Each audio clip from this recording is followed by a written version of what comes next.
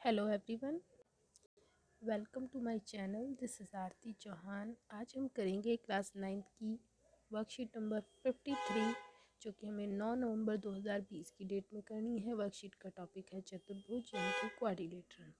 ये worksheet Hindi medium की है। मैं इसे हिंदी और इंग्लिश दोनों में ही एक्सप्लेन करने वाली हूँ। तो ये वर्कशीट समझने के लिए हमारे पास सबसे पहले जो प्रीवियस नॉलेज होनी चाहिए वो है चतुर्भुज की समझ की चतुर्भुज क्या होता है। तो हम पहले से जानते हैं चार भुजाओं की बंद आकृति यानी कि 4 साइडेड क्लोज्ड फिगर जो है वो हमारा क्वाड्रिलेटरल होता है। अब आगे देखें, ये हम अपनी वर्कशीट नंबर 52 में पढ़ चुके हैं कि किसी समांतर चतुर्भुज का एक विकर्ण उसे दो सर्वांगसम त्रिभुजों में विभाजित करता है। यानी कि एक पैरेललोग्राम का जो डायगोनल होता है, जैसे कि ये पैरेललोग्राम ड्रॉ किया गया, इसका ये डायगोनल है, इसे दो कॉन्ग्रुएंट ट्राइंगल्स में डिवाइड करता है। ये हम पहले से जानते हैं। तो इसमें जो आपके सामने फिगर दिया हुआ है ABCD, एक पैरेललोग्राम है जिसमें AC विकर्ण यानी कि डायगोनल है। तो इस तरह से जो दो ट्राइंगल आप देख पा रहे हैं ABC और ADC, CDA कह लो, तो ये जो है दोनों सर्वांगसम त्रिभुज हैं। ये हम जानते हैं कि पैरेलल साइड्स हैं, तो ये ट्रांसवर्सल हुई यानी कि तिर्यक रेखा, तो ये दोनों कोण जो हैं आपके एकांतर कोण होंगे। इसी तरह से जब ये पैरेलल लाइंस होंगी और ये ट्रांसवर्सल हुआ तो ये दोनों कोण बराबर हैं और बीच वाला साइड आपका जो डायगोनल है वो कॉमन साइड है। तो AS से कॉन्ग्रुएंसी लगाकर AS से कॉन्ग्रुएंसी से भी ये दोनों त्रिभुज जो हैं सर्वांगसम होते हैं। ये हम प्रीवियस नॉलेज में भी जानते हैं। अब आगे देखिए, जो महत्वपूर्ण बिंदु दिए गए हैं मैं इनको आपको समझाती हूँ।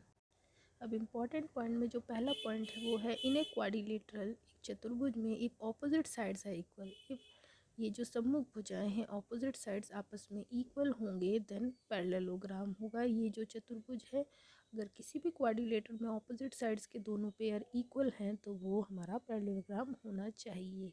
इसमें एग्जांपल दिया हुआ है कि if PQRS is a quadrilateral in which PQ is equal to SR, यानी कि ये साइड इसके बराबर है और ये वाली साइड इसके बराबर है, तो यानी कि ये पैरेललोग्राम हुआ। तो ये रिज़ल्ट हमें यूज़ करना है कि जब किसी भी क्वाड्रिलेटर में ऑपोजिट साइड के दोनों पेयर इक्वल होते हैं तो वो हमारा पैरेललोग्राम यानी कि समांतर चतुर्भुज होता है।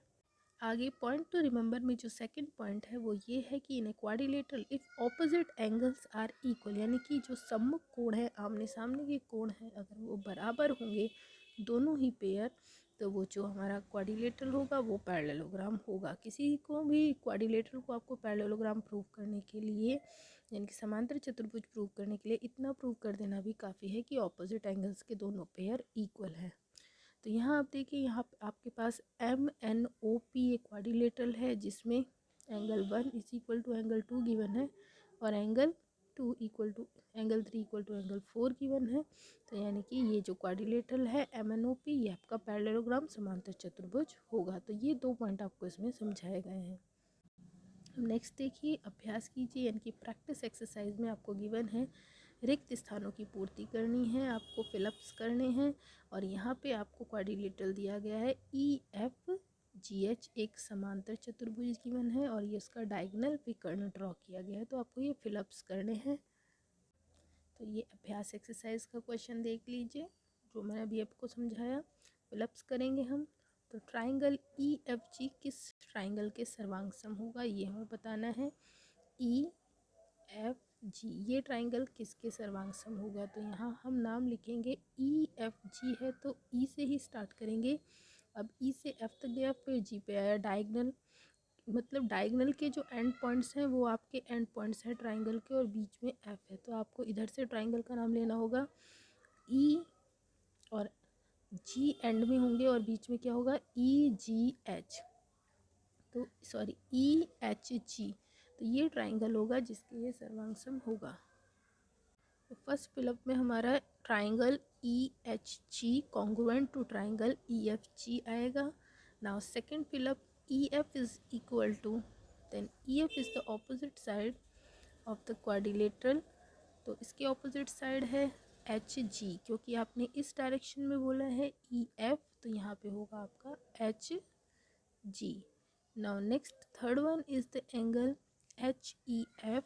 HEF एंगल यानी कि ये एंगल, अब ये पैरेललोग्राम है तो इसके ऑपोजिट एंगल्स इक्वल होते हैं, तो यहाँ पे एंगल आपका आएगा G यानी कि FGH angle. These two angles are equal, तो थर्ड फिलअप में हमारा आने वाला है FGH एंगल। तो ये हमारा थर्ड फिलअप हुआ। नाउ नेक्स्ट वन आपका एंगल है EHF यानी कि ये एंगल, तो आपके इसके इक्वल एंगल होगा EGF यानी कि ये एंगल, तो ये हुआ EGF एंगल। इसी तरह से जब आप FG को इक्वल दिखाएंगे, FG के इक्वल आपको दिखाना है, तो आप देखिए FG ये वाला साइड है, तो इसी डायरेक्शन में आपका साइड होगा EH, तो यहाँ पे इसके लिए आ जाएगा EH। नेक्स्ट है आपका एंगल EHG, तो EHG ये एंगल है, तो इसके इक्वल एंगल होना चाहिए EFG यानी कि ये एंगल। ऑपोजिट एंगल्स इक्वल होते हैं समांतर चतुर्भुज में, समकोण बराबर होते हैं। Next one is angle GHF, तो एंगल GHF, तो ये आपका एंगल है ये वाला। तो इसी तरह से GHF के कॉन्ग्रुएंट इक्वल एंगल होना चाहिए GEF ये एंगल, तो GEF। आपको यहाँ ये ध्यान रखना है कि जैसे इसमें एंड में GF आया है, G और F, और बीच में एंगल है आपका H, इसके इक्वल आप एंगल ड्रॉ करना चाहते हैं, तो इसके इक्वल आपको एंगल ड्रॉ करना था, तो फिर इक्वल एंगल में आप वैसे ही नाम लेंगे GE ये एंगल और F, तो एंड पॉइंट्स आपके ये दोनों ही रहेंगे। तो यहाँ पे आपका आ जाएगा एंगल GEF। तो ये थे हमारे आज की वर्कशीट के आंसर। आई होप गाइस आपको वर्कशीट अच्छे से समझ आई होगी। ये है हमारी वर्कशीट नंबर 53, क्वाड्रिलेटरल, जिसका टॉपिक है चतुर्भुज। 9 तारीख की डेट में समय करना था, क्लास 9th की मैथ्स विषय की वर्कशीट है। अगर आपको वर्कशीट समझ आ रही है तो मेरे चैनल को लाइक शेयर सब्सक्राइब करना बिल्कुल ना भूलें। Thank you for watching my video.